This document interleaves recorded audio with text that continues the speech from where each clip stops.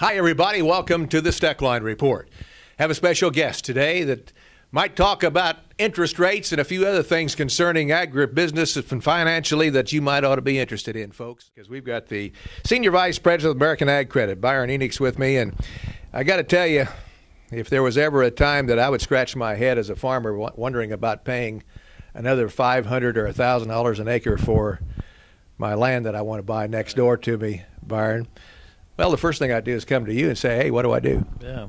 Well, as you try and think through the risk in your operation, you have to look short-term and long-term on those decisions. And, you know, we've got low interest rates now, and that's part of the decision. But you got to look at your production and your long-term history and your amount of current debt and try and make a decision that's for the long run. You know, we had great agriculture last year. You know, we had low interest rates, we had tremendous prices, we had tremendous yields.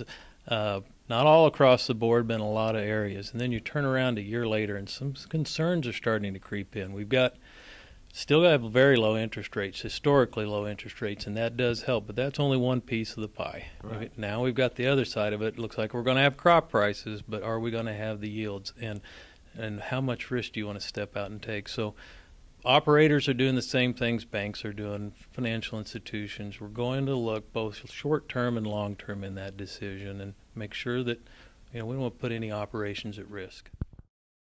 Input costs are going straight up too, Byron, and that's something that concerns me because they never come back down as fast as the commodity price does.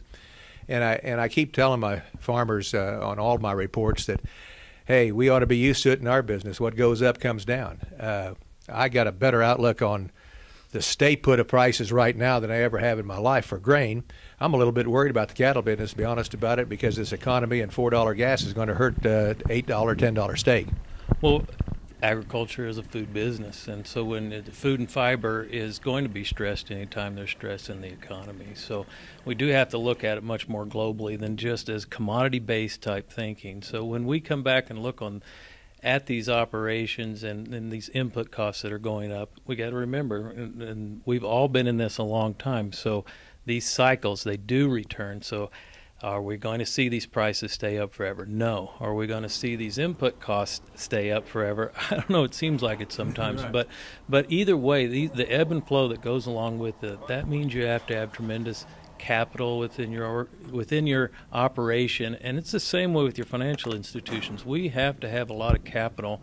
We went through a merger a year ago in the American AgCredit system, and part of that was all about getting enough capital so that when this cycle that we're in right now, that does produce a lot of risk for our individual producers out there, that your financial institution isn't at risk. And so, you know, you see a lot of the changes that are coming with the Dodd-Franks bill and things like that that are going to be putting pressure on financial institutions. That's not something you'll have to worry about with American AgCredit. We're going to be stable and steady and there to be able to support operators. In fact, the diversification of agriculture all the way from California to Kansas to Oklahoma, that helps because it may be bad in one area but great in another. Well, that's exactly right. It's a lot of people, when you look at a merger like that, you say, well, why would you merge California, Kansas, Colorado, Nevada? Why would you do that?